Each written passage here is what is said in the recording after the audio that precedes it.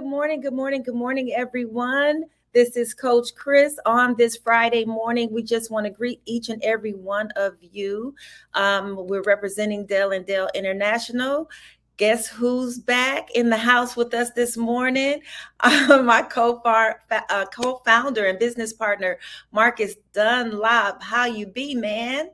Doing amazing and fantastic, ready to rock. Ready to rock and roll. Look, this Friday morning, we are going over the final four remedies for depression during the holidays. Last time you were on, you mentioned something so significant, and that was the inspiration for this particular week's topic, that the holidays don't always represent a time of joy and festivity. There are folks that experience some of the darkest hours of their lives around the holidays. And so what we've been doing this week is drilling down on those things. And just as a way of catching everyone up, and I want to just segue to you, the top 8 reasons that people experience depression during the holidays is loneliness and isolation, financial stress, unrealistic expectations. We talked a lot about that. Grief and loss, family conflict, seasonal affective disorder, social comparison, holiday overcommitments, and increased alcohol consumption. So today we're dealing with some remedies. We already dealt with the first 4 on this past Wednesday. I'm going to segue and just punt it right on over to you, Marcus, to pick right on up with family conflicts. Well, I tell you, we have talked about some things over these past number of quite a few months now. And some of the things we've talked about in the past, Coach, I think is very applicable to help with navigating through these types of times. I was just talking to one of our clients and customers a few minutes ago, and I said, "Hey, are you still journaling?" They said, "Yeah."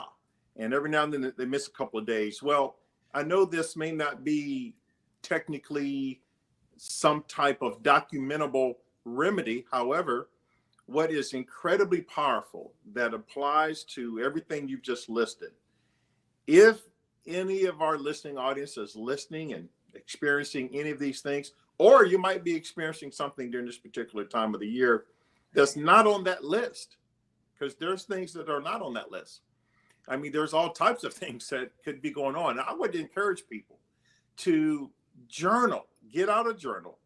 You obviously know, most of you know now, by now, if you're listening, we have journals. We have our own journals. You can go to Amazon and order them.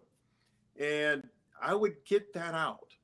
I would get a pen and paper and, well, not a pen and paper, get a journal book and journal whatever's going on, whatever you're thinking, even positively. It could be positive. It doesn't have to always be negative. But get a journal out and begin to write down what you're thinking, what you're feeling. What would you like a great-great-grandchild, someone who's not even remotely near being born yet?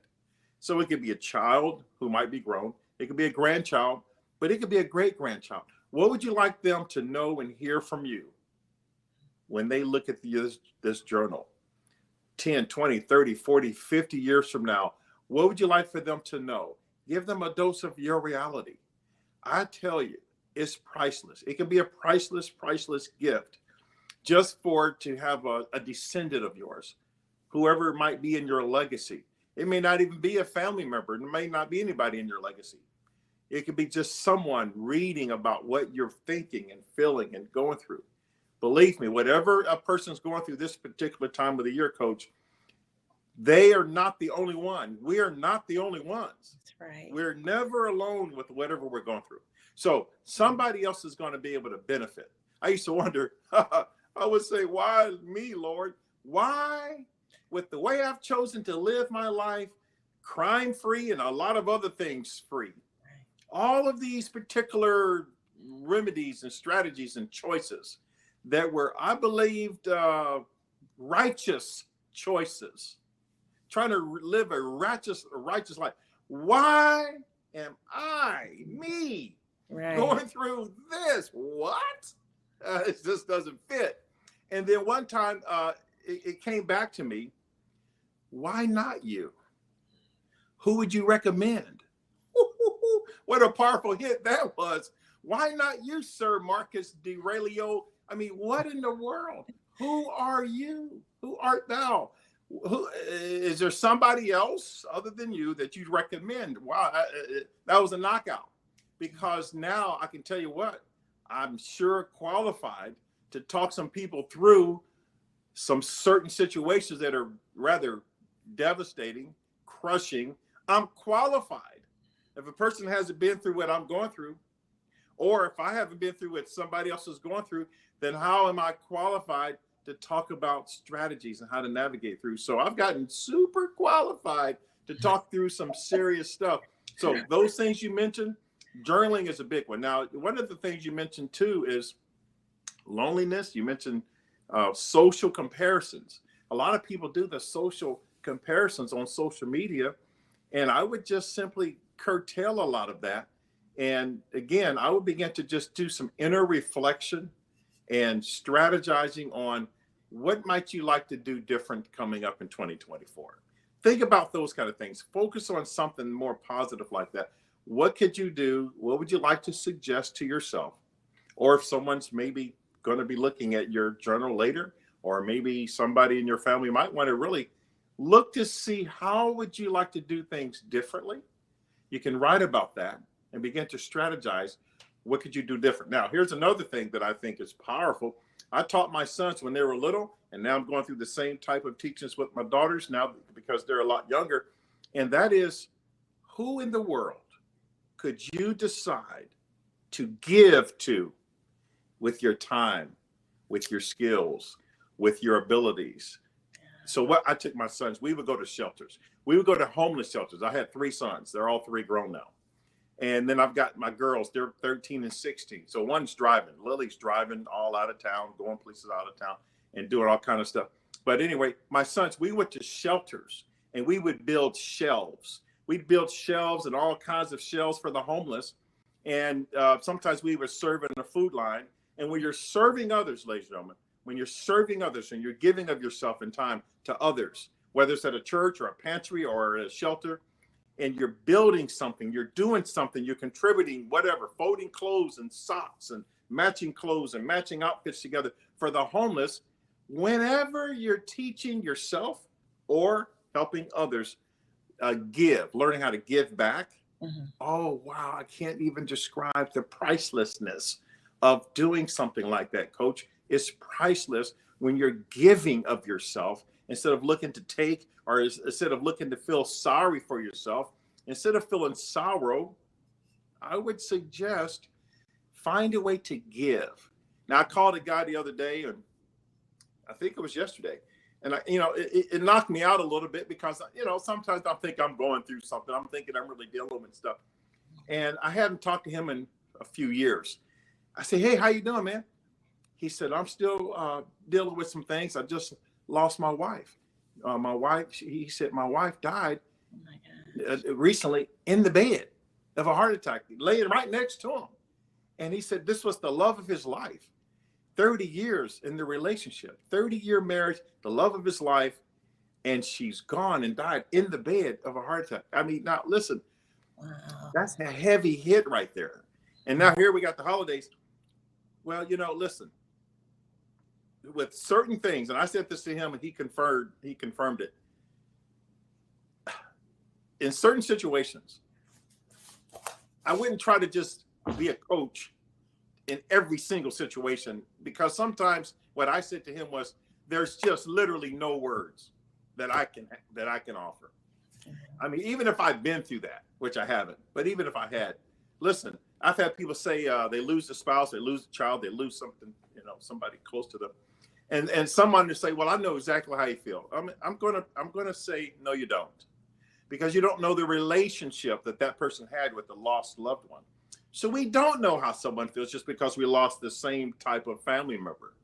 So I don't think there's always words to share in every situation. And what I found to be wiser is sometimes is to just not say anything. Sometimes your presence alone in a certain traumatic lost loved one situation could be of great, great value in your silence. Let me tell you and share with the ladies, silence is powerful. Matter of fact, silence sometimes, Coach, is very loud. Right. Silence is powerful. Silence is loud. It's very strong. It's not that easy because a lot of us are uncomfortable with ourselves, or we're uncomfortable with silence, and we want to fill up the gap of silence with something because of the uncomfortableness. Well, get powerful within yourself and get okay and comfortable with silence. And sometimes your presence alone can help a person or help yourself get through a particular situation. But that was a pretty strong hit. I don't hear that often. I don't know if I've ever heard that ever, really, Right. where someone lost that type of situation right there in the bed with a loved one. So I would take these types of tips, give back, go contribute somewhere, even if it's multiple days. It's a tremendous feeling when you are giving back, and especially if you take some of your younger family members, show them, let them see you giving back. I like to see my kids, I like to have my kids catch me praying. I like for them to see me giving back.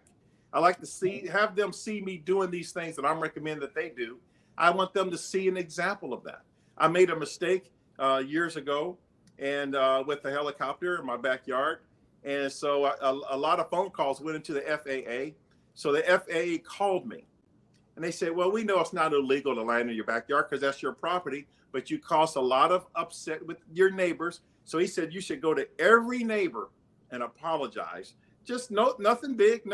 And so I said, okay, I'm going to go to all my neighbors and apologize. But I'm going to take my son Marcus with me.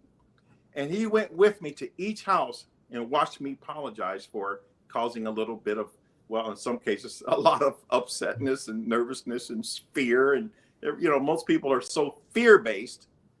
Oh, and that just brings up another whole strategy, Coach. A lot of our challenges has got to do with fear. Fear. So many issues are based in fear, and we're so worried and fearful that we are depressed and sad. Come on. I don't want to say come on. I had to learn this myself. If we can get more tuned into love-based feelings and emotions and just coming from a place of love as opposed to coming from a place of fear, that could help us get through quite a bit. But anyway, I went on and did that. My son saw me and apologized for causing such fear, just tremendous fear. When I did that, I shouldn't have done it. You know, it wasn't quite a conducive neighborhood for that, but I just was excited. So I hope these things are helpful. There's lots of strategies that we can find ways to help us get through these situations. I would encourage, as challenging as it may be, to decrease the amount of alcohol consumption from what you might normally do. And that can help you quite a bit just because it is a depressant. It's not a stimulant, it's a depressant.